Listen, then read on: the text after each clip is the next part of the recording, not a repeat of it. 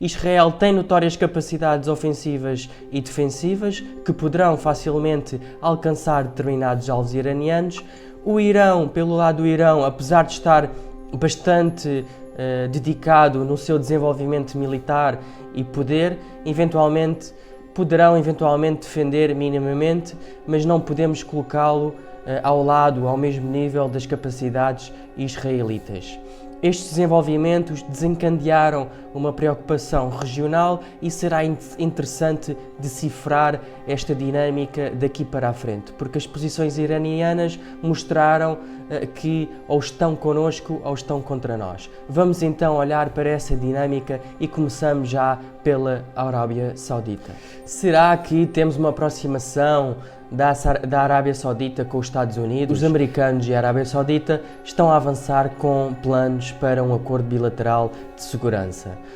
Lembro que as relações com os Estados Unidos não estavam assim tão boas. E se quiserem saber porquê, vejam o meu primeiro react que faço, quando o react de Shapiro e Destiny, e entendem como é que as relações se rompem sob a administração Trump e Biden. Eu faço uma comparação. Que viragem de relações diplomáticas é que se sentiu entre os Estados Unidos e a Arábia Saudita? Após o ataque pelo Irão contra Israel, algumas potências, como a Arábia Saudita, que outrora não tinham confiança nos sistemas de antimíssil, podem voltar a ganhar essa confiança. Esta confiança tinha-se perdido em 2019, porque não tinham conseguido impedir um ataque de drones e mísseis de cruzeiro disparados contra as instalações petrolíferas sauditas desde o Iémen. Mas agora, na sequência desta interseção israelita bem-sucedida, o Ministro da Defesa saudita, após o contacto com o Secretário da Defesa dos Estados Unidos, revive a confiança defensiva e expressou uma revisão na parceria estratégica de defesa e de como melhorá-la ainda mais. Mas os planos estendem-se para além da defesa. Os sauditas pretendem juntar a sua força aérea e espacial numa única organização. Isto só é possível com a ajuda americana, que aparentemente já iniciaram essa concretização em outubro de 2023. E se não bastar, as ambições são grandes, porque os Estados Unidos e Israel ajudarão os sauditas no desenvolvimento de um programa civil de energia nuclear. Os sauditas, por agora, têm estado dispostos a normalizar as relações com o Irão, com o intuito, no intuito de diminuir a tensão e, em particular, a tensão com os Houthi, basicamente para não interferir na infraestrutura crítica saudita e também, obviamente, na política interna. Contudo, isso tem o seu peso a medir, ou seja, sabem que para os planos ambiciosos existe a necessidade para concretizarem os planos ambiciosos que têm, existe a necessidade de uma aproximação americana e isso obrigatoriamente implica Israel. O mesmo poderá acontecer no Bahrein. O Biden assinou um amplo acordo estratégico no ano passado quanto ao acesso privilegiado de inteligência, defesa antimíssil e cooperação em inteligência artificial. Vamos à Jordânia. Eu não fiquei surpreendido com o envolvimento do país face ao ataque iraniano. Em janeiro, um dos grupos patrocinados pelo Irão, os chamados proxies, atacaram tropas americanas no nordeste da Jordânia. E isto demonstra uma preocupação securitária, imediatamente uma preocupação securitária enorme para o país, a Jordânia. Eles não querem estabilidade, o rei da Jordânia não quer instabilidade interna nem regional. O rei menciona dias a seguir que não permitirá que o seu país seja um campo de batalha entre o Irão e Israel. Para ele, a segurança da nação, a proteção dos seus cidadãos estão acima de todas outras considerações. Apesar de 80% da população da Jordânia ser descendente de palestinos e a Irmandade Muçulmana ser muito forte e ativa, o rei aponta o Irão como o ator principal que projeta a violência e instabilidade na região. Por esse motivo, embora o rei Abdullah e Netanyahu, o primeiro-ministro israelita, diverjam sobre a questão da Palestina, eles partilham um interesse comum, que é impedir a influência do Irão. O Irão, em contrapartida, utiliza os meios de comunicação iranianos e muitos condenaram o reino da Jordânia por favorecer Israel em detrimento dos palestinianos. A relação da Jordânia com Israel e com os Estados Unidos não surge de agora. Tem relações normalizadas desde a década de 1990 e depois do início do conflito em Gaza.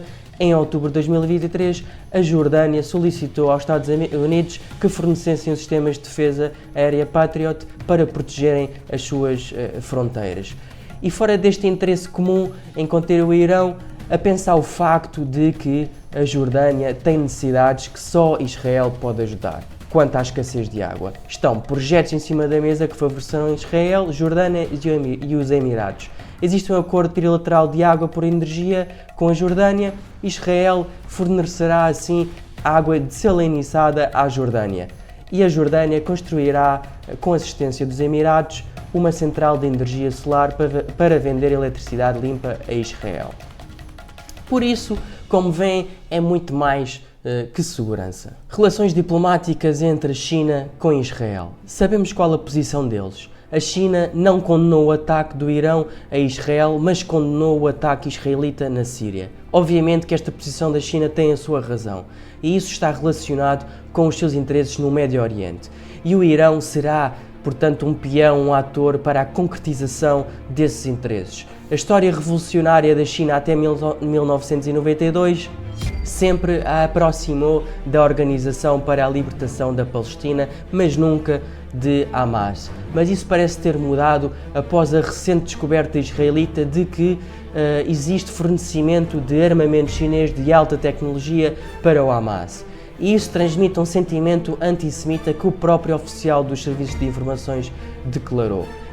Definitivamente, isto contribuiu para o romper de relações entre a China com Israel, que não eram más na última década no comércio e em projetos portuários durante o governo de Netanyahu.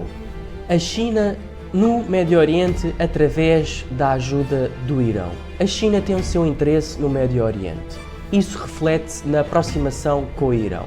No âmbito da energia, vamos olhar, primeiro, a China procura minar e substituir a influência regional dos Estados Unidos, numa região que é responsável por grande parte do seu abastecimento energético.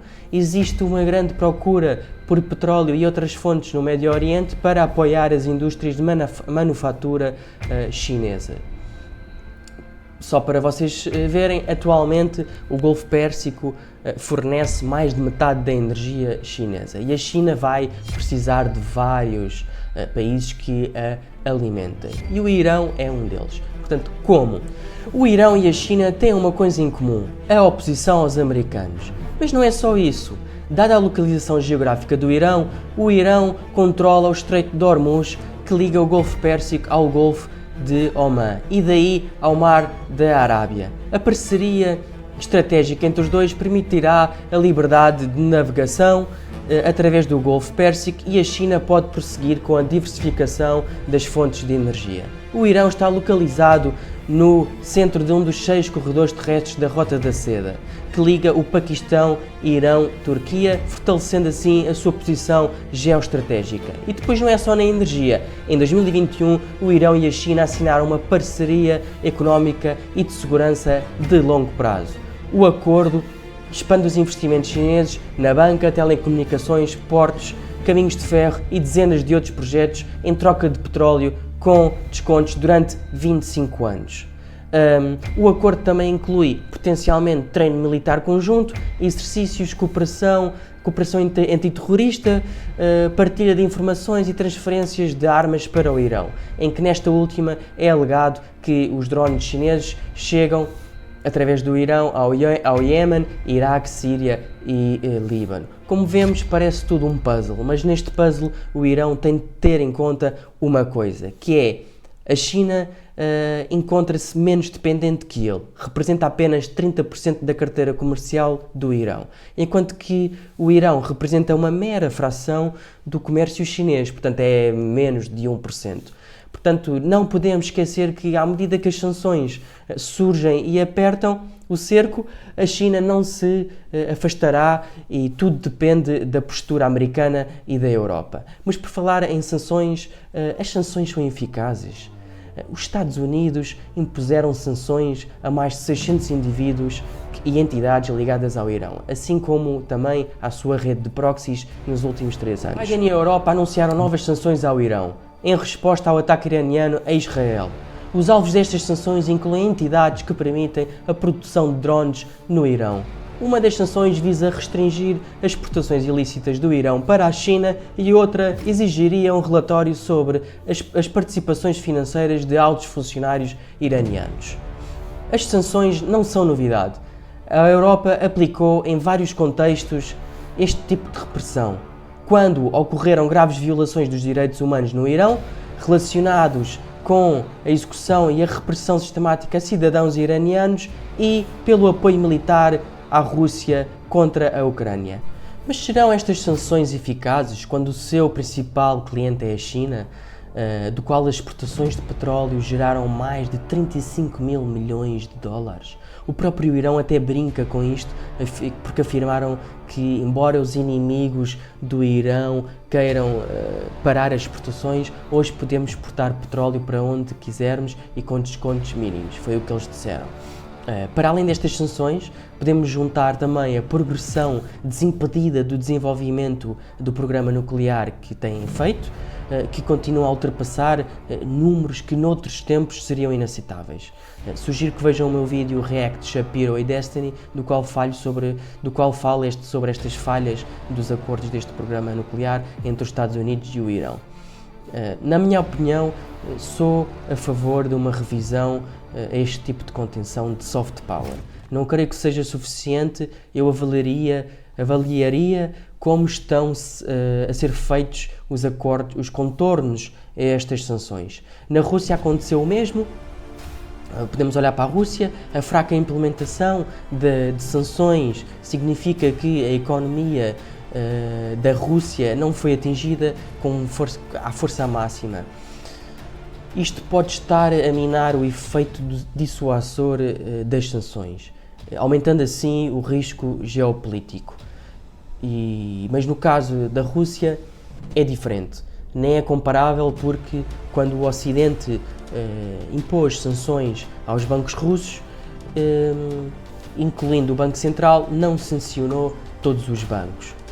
Como a União Europeia precisava de importar gás russo, alguns bancos tiveram de ficar sem sanções para que a Europa pudesse efetuar o pagamento. Em resultado, os fluxos financeiros para a Rússia foram simplesmente desviados através de bancos não sancionados. O lucro da Rússia, então, permaneceu o mesmo.